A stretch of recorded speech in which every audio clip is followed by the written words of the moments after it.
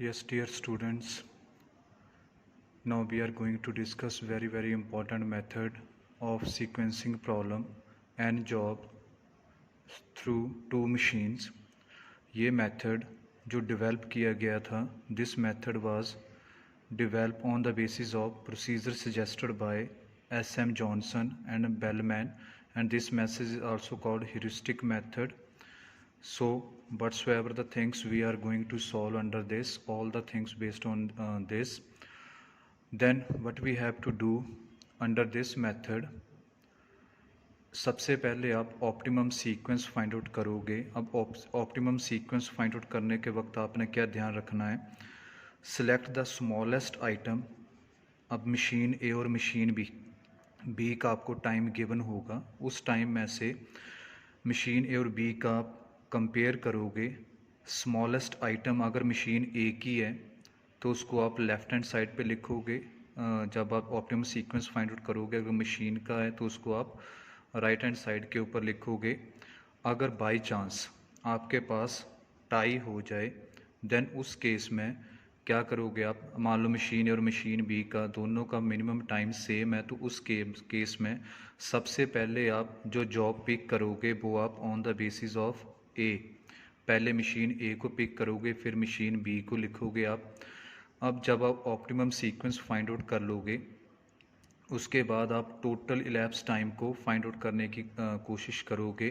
Total elapse time वो time होता है कि एक प्रोसेस को from the starting of the job 1 till the end of the job last, what is the total time required to finish the work, that is called total elapsed time. Now we understand this terms or this method with the help of following example. We are having jobs 1 2 3 4 5 6 and the minimum time is given machine A and machine B. वो आपकी आप देख सकते हो 7 4 2 5 9 8. Similarly ऐसे तरीके से अब आपकी जो सबसे इम्पॉर्टेंट चीज़ है वो अब फोकस करने की कोशिश करना आप. Then now find out the optimum sequence first. अब क्या करोगे आप, इस तरीके से आप बॉक्सेस बना लोगे. अब जैसे मान लो जॉब्स हैं, आपने कंपेयर किया तो सबसे मिनिमम टाइम है वो जॉब 6 में मशीन बी का 1 है, तो आप क्या करोगे, मिनिमम टाइम बी का है, जॉब कौन सी है 6, इसको क्रॉस कर दो. आप सबसे पहले यहाँ पे राइट हैंड साइड के ऊपर बी का टाइम लिख दोगे 6. उसके बाद 1 के बाद नेक्स्ट है अपने पास third item, third call job देखो, 2 मशीन ए का 2 मिनिमम है, ठीक है.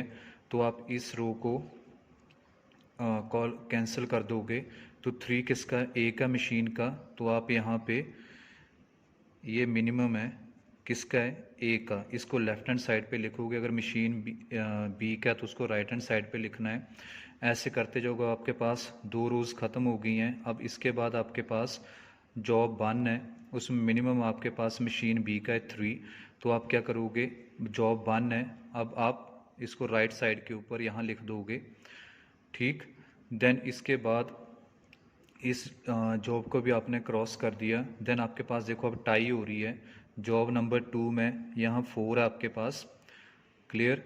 और इसके बाद column number job number 5th, उसमें बी के पास 4 है. अब आपको मैंने पहले डिस्कस किया था, अगर बाई चांस मशीन ए और मशीन बी में टाई हो जाए तो सबसे पहले जो आपने रो पिक करनी है, ऑप्टिमम सीक्वेंस के लिए जॉब पिक करनी है, वो आप ए मशीन की पिक करोगे. तो उसके बाद आपके पास आप देख सकते हो यहाँ पर आपने 4 लिख दिया. अब हमारे पास एक कॉलम बचा, तो नेचुरली 5th आपके पास यहाँ आ जाएगा. सो आपका ऑप्टिमम सीक्वेंस बन गया, जिसको हम लिख सकते हैं 3 2 4 5 1 एंड 6. अब इसी ऑर्डर में आप चीज़ों को एक्सप्लेन करोगे. सो जब आप ऑप्टिमम ऑर्डर फाइंड आउट कर लिया, अब इसी ऑर्डर में आप जॉब्स को लिखोगे, जैसे 3 है, 2 है, 4 5 1 6, इस सीक्वेंस में लिखा.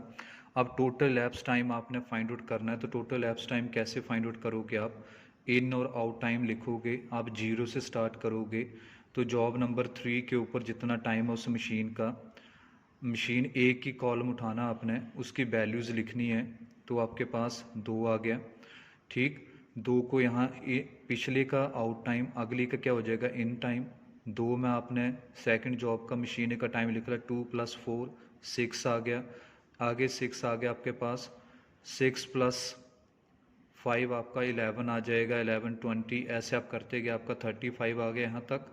अब मशीन बी का लिखोगे तो जो मशीन ए का आउट टाइम है 2 है, तो मशीन बी 2 घंटे से 2 मिनट से पहले काम अपना स्टार्ट नहीं कर सकती है। इसका आउट टाइम इसके इन टाइम से वो कंपेयर करोगे, 2 + 6 8 आ गया आपके पास। तो जो आइडल टाइम है मशीन भी कितने घंटे आपकी फ्री रहेगी 2, यहाँ पे लिख दिया आपने। अब 8 नेक्स्ट 8 से आपने लिख लिया यहाँ 8 16 है। अगर आपका कोई आइडल टाइम नहीं बचा है, कोई आइडल टाइम नहीं, ऐसे ऐड करते जाओगे, आगे भी 20 और 26 आ गया। बट यहाँ देखो, यहाँ 26 है, बट इसका आइडल टाइम कितना है 27। क्लियर। अब ये मशीन अपने 26 मिनट पे काम ख़त्म कर दिया है, बट वो काम कब स्टार्ट करेगी 27 पे। क्लियर। तो इस मशीन को कितने मिनट वेट करना पड़ेगा, 1 मिनट उसको यहाँ वेट करना पड़ेगा। यहाँ पे 1 लिख देंगे हम। अब उसके बाद 27 + 3 30 कर दिया, यहाँ 30 है, पर काम कब कब स्टार्ट करके 35, क्योंकि उससे पहले उसका जॉब फ्री नहीं है। तो यहाँ 35 लिखा, +1 36। तो इसको आइडल टाइम कितना देर वेट करना पड़ेगा नेक्स्ट काम स्टार्ट करने के लिए, 5 मिनट। अब जो आपका आंसर है दैट इज़ योर आंसर। ठीक, तो ये आंसर आपके पास आ जाएगा। Total F time 36। अब आइडल टाइम फॉर मशीन भी कितना हो जाएगा, आप इन चीज़ों को ऐड कर लो, 2 है 1 है 5 है। जब इनको आप ऐड करोगे तो आपके पास 8 मिनट आ गया मशीन टाइम का बी का। अब आइडल टाइम फॉर मशीन ए कितना हो जाएगा, आप दो चीज़ों को कंपेयर करोगे, 36 total out time machine B का और आउट टाइम मशीन ए का, दोनों का डिफरेंस ले लो, 36 - 35। So idle time for machine is 1। I hope so you are aware about how to solve n jobs with 2 machines. That's very important method in operation research under sequencing problem. So thank you, keep learning.